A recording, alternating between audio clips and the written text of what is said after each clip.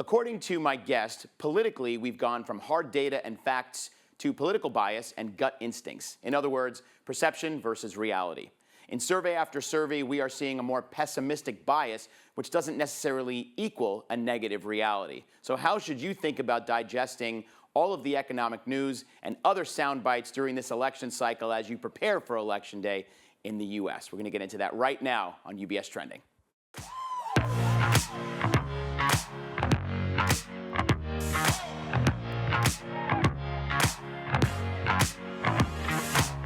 Hi, everybody, and thank you for joining me. I'm Anthony Pastore, and this is UBS Trending. Please join me in welcoming my guest to the studio all the way from the UK, sitting here with me in New York, Paul Donovan, global economist for the global wealth management side of the business here at UBS, chief economist, I should say.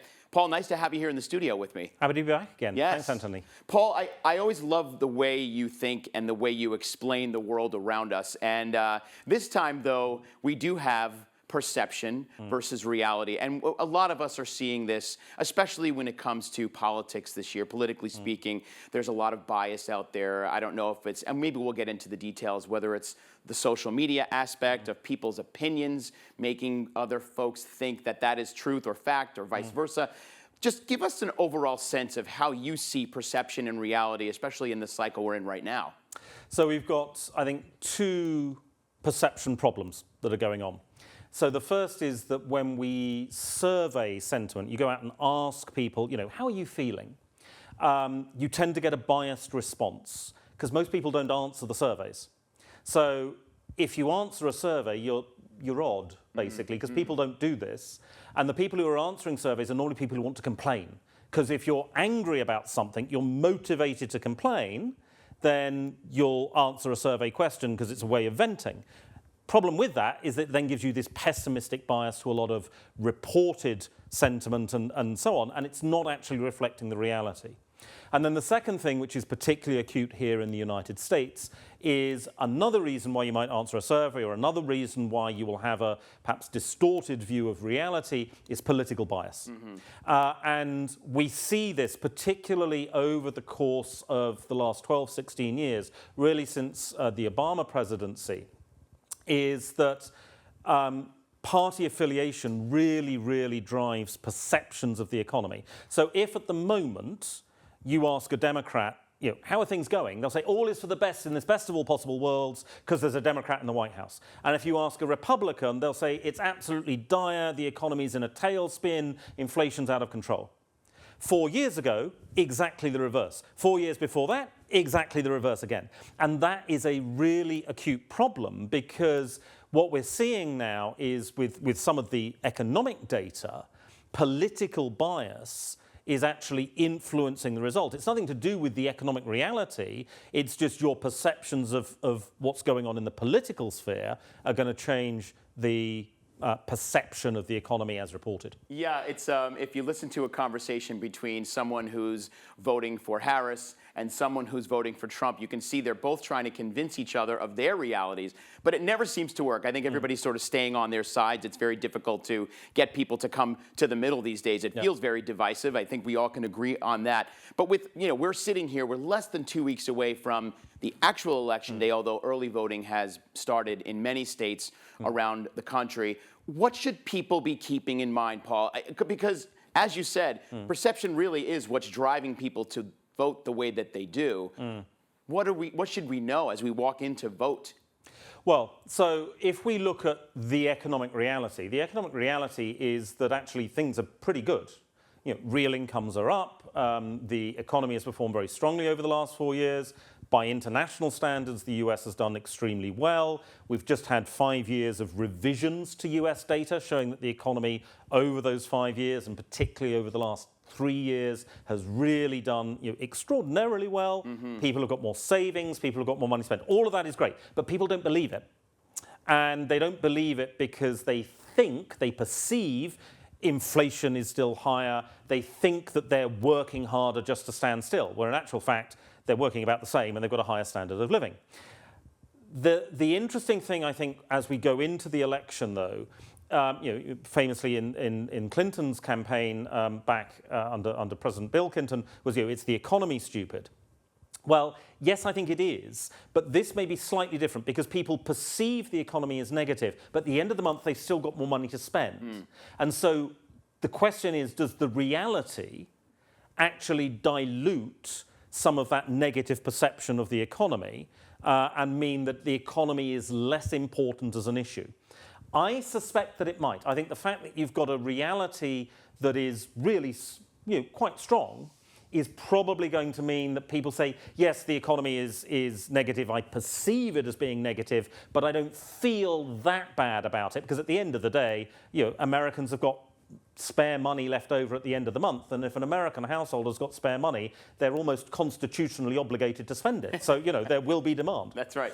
And, we've seen the sentiment. We did a recent investor sentiment survey where we, as a firm, UBS, interviewed and surveyed clients from the regular retail side as well as business, and 83 and 84% respectively said the most important issue for them is the economy. And I know that doesn't come as a surprise to you. I think that, and you said, James Carville famously said it's about the economy, stupid. So I think at the end of the day, that's what people are pulling the lever for. And Jay Powell knows this as well, even though he's got quite a journey ahead of him with kind of fluctuating data. In August, the jobs data was surprisingly negative, and now in September, we saw unemployment decline again here in the U.S. by 10 basis points. So there is a lot of perception and reality happening in that arena as well. Well, and to be fair, the problem isn't really with the fluctuating data. The problem's with Fed Chair Powell.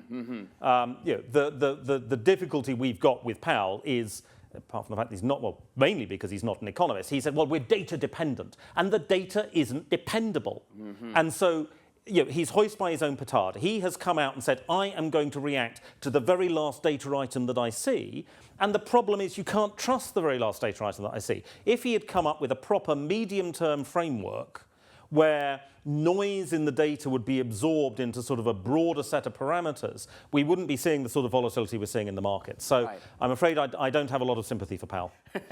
Yeah, I mean, in some way, and I understand as an economist, you see things on a very different level. And myself, as a host of this show, but also a consumer, I think of Powell's job as being very challenging in the environment that we're in. But of course, I defer to you, my guest in the studio today, and you are definitely one of the smartest people that I know. So I trust your opinion on this, which brings me to a different kind of a slightly off topic, but in the same vein, we've got AI out there. It is the biggest story of 2023 and 2024, and perhaps there's a perception versus reality part of that story. We have seen, of course, the Magnificent Seven stocks in the U.S.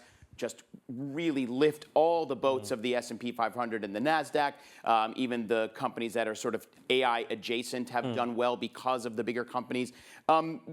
With quieting all the noise, what is your thought on AI? Is it a reality, and is this something that we can count on, or are we looking at a dot-com bubble like we saw in the 90s? So I don't think it's a bubble along the lines of the 1990s. There isn't really an equivalent to pets.com, for example, out there. That's right. We're not there. But it is also, I think, the case that when you get these big structural upheavals and you get a technological change, it is the nice, shiny new toy everybody gets to play with. And so there is a lot of hype and enthusiasm around the technology. Now, economists don't care about technology.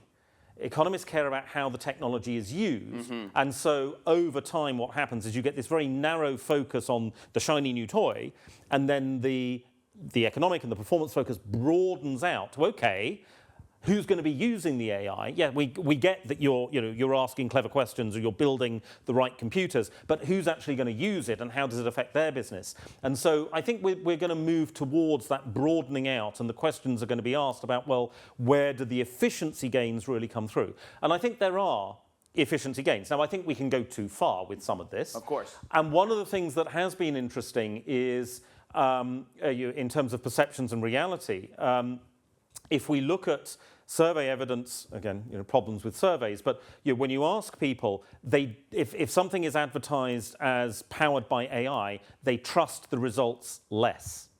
And so the trust in AI is still pretty weak. If you say it's powered by technology, they trust it just fine. But if it's powered by AI, they trust it less. So I think that there is still work to be done on proving in the real world that AI is going to be adding efficiency, it is going to be helping. And I think it will in various sectors, not every sector, obviously, but it will be a powerful tool. Right. I hadn't heard that before, but I think there's some perception, using the word, probably overusing the word today, on what AI is and how it will function in our society. People automatically say the robots are taking our jobs away. Yep. So I think maybe I can understand why when you use the word powered by AI, it's automatically like you put your guard up. But we've had technology for decades. Our phones and our laptops are tech, so we think, oh, that's something I'm familiar with. Yeah, this is the problem. Hollywood has produced far too many dystopian movies about the robots taking over.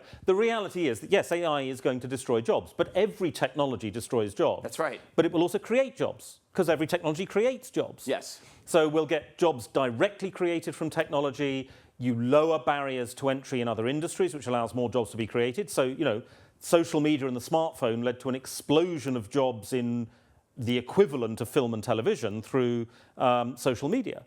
And provided the technology is generating more efficiency, which it should do, people will end up having more leisure time, and that creates a lot more jobs in the leisure industry. Leisure didn't really exist for most people 100 years ago. The technological innovations of the last century have meant that leisure is now a booming industry and is going to continue to play an ever-increasing role. So we will be creating jobs. They'll just be different jobs. Right. 100 years ago, the word vacation probably really didn't exist in most vocabularies. Now it's sort of like the norm. Everybody's wondering when their next vacation or time off will be. Back in the old days, it wasn't really a thing. Vacation is you guys. We use holiday on my side of the pond. Pardon my terrible English. But my late grandmother was growing up in the East End of London in a dock working family. And for her, the summer holiday was going to a farm in Kent and picking hops for 2 weeks. The holiday was doing work in a different location, and that was considered the norm at that time. And now, of course, everybody in at least in the UK, demands their 4 weeks off, and it has to be a foreign holiday and all the rest of it. And that's right. That's become perfectly standard. That's right. So let's round it out then, Paul. Sitting here as an economist, of course, and your thoughts about survey evidence kind of being less connected to reality. What should we walk away with based on what you're thinking here? So I think we've got to be aware that survey evidence has become a whole lot less reliable. This sort of pessimistic bias that only people who complain are filling in surveys, and the political bias. And it's not just consumers. Business surveys are filled in by individuals who are watching CNN or they're watching Fox News, and that is informing their judgment, and it informs the answers they give. I mean, spend 5 minutes in the comments section of the Dallas Fed Manufacturing Survey. I strongly recommend it. It's hilarious. These people have got extreme political views on both sides of the spectrum. It's going to be affecting the numbers that they give. So I think what we have got to be doing is significantly challenging our assumptions that surveys equal reality. Whenever you see on a news channel or in a newspaper, manufacturing weakened, the first thing you need to answer, is this really about manufacturing? Is it about manufacturing sentiment? Because they are not the same thing. That's right. And the media does a very bad job of distinguishing the two. And I think you put a certain amount of faith in the economic realities, put more weight on that as an investor. And again, and I cannot stress this enough, you need to have a very broad range of indicators to assess the economy. Because if you are saying, this is my favourite indicator, you are absolutely guaranteed to get the economy wrong, because data is not that dependable anymore. Someone needs to tell Fed Chair Powell that. And listen, and I'll also say this, listen to folks like you who are, your full-time job, Paul, is to look at all of the data as it comes in and then come back to us, our clients, our advisors, and give your recommendation based on years of experience. So I think there's, we have to focus on the right people that we should be talking to or listening to when it comes to making decisions. Tough thing to do, but glad you kind of talked us through this perception, actually this reality as I walk away from this. Very real. Thank you, Paul. Thank you very much. Yeah, good to have you here, and thanks for coming to our side of the pond and sitting with me. Good to see you. Paul Donovan, again, the Chief Economist for Global Wealth Management here at UBS. And for more information on anything we're talking about here in the studio, through our Chief Investment Office and from Paul's office, visit our Insights website at ubs.com/views. Plus, you can follow UBS on social media. We're on all the major channels. You can also check out our Instagram channel at UBS Trending. Also, give Paul Donovan a follow on LinkedIn as well. His content there is really terrific. And as always, always, you have any questions about your portfolio or what Paul and I spoke about today, make sure you're chatting with your financial advisor. Until next time, I'm Anthony Pastore. Have a great day, everybody. Remember to keep your eyes on what's trending. We'll see you soon.